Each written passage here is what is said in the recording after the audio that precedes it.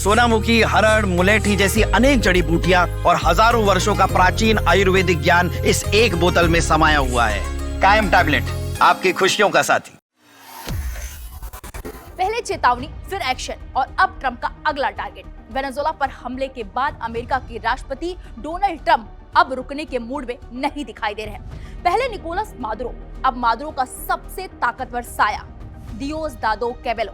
Venezuela में सत्ता की इमारत हिल चुकी है। निकोलस मादुरो की गिरफ्तारी के बाद अब ट्रंप प्रशासन ने साफ कर दिया है कि अगला नंबर किसका है। दरअसल अमेरिका के रडार पर अब है वेनेजुएला के गृह मंत्री दियोसदादो कैबेलो, वही कैबेलो जिन्हें मादुरो का सबसे सख्त, सबसे करीबी और सबसे भरोसेमंद साथी माना जाता है। मीडिया रिपोर्ट्स के मुताबिक अमेरिकी अधिकारियों ने बिचौलियों के जरिए कैबेलो तक साफ संदेश पहुंचा दिया है, या तो शर्तें मानो, नहीं तो मादुरो जैसा अंजाम भुगतने के लिए तैयार रहो। वैसे ये लाइन सुनकर कुछ और भी याद आया होगा आपको।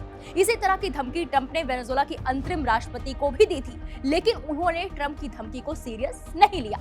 अब आते हैं मादुरो के करीबी कैबेलो पर।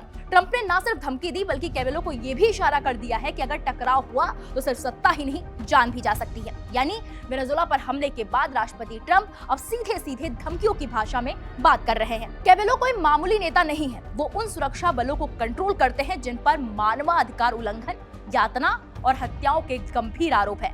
अमेरिका को डर है कि कैबेलो अंतरिम राष्ट्रपति डेल्सी रोड्रिगेज के साथ अपनी पुरानी दुश्मनी के चलते सत्ता परिवर्तन की पूरी प्रक्रिया को पटरी से उतार सकते हैं। इसलिए ट्रंप प्रशासन का प्लान दो हिस्सों में बटा है। पहला, मादुरो के कुछ वफादारों को अस्थायी तौर पर इस्तेमाल करना ताकि देश में अराजकता न फैले। दूसरा, लंबी अवधि में कैबेलो को सत्ता से बाहर करना और संभव हो तो निर्वासन भेजना। लेकिन कहानी यहीं खत्म नहीं होती। अमेरिका की नजर वेनेजुएला के रक्षा मंत्री व्लादिमीर पाद्रिनो पर भी टिकी हुई है। पाद्रिनो पर अमेरिका में ड्रग तस्करी के आरोप है और उनके सिर पर $multi-million का इनाम रखा गया है। अमेरिकी अधिकारियों का मानना है कि सेना पर मजबूत पकड़ की वजह से पाद्रिनो सत्ता संक्रमण में किंगमेकर साबित हो सकते हैं। लेकिन इस पूरी रणनीति की सबसे अहम कड़ी कौन है? वो नाम है डेल्सी रोड्रिगेज।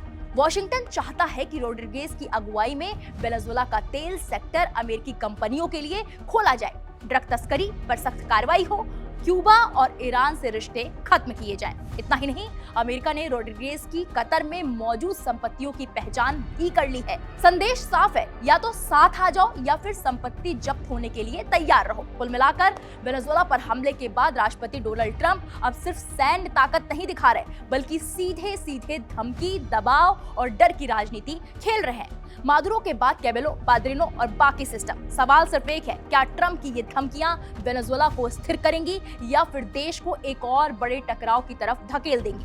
हमारे आपके पास सवाल बड़े हैं और जवाब आने वाले वक्त में मिलेगा। फिलहाल इस पूरे मामले पर आपकी क्या राय है, हमें कमेंट बॉक्स में जाकर जरूर बताएं।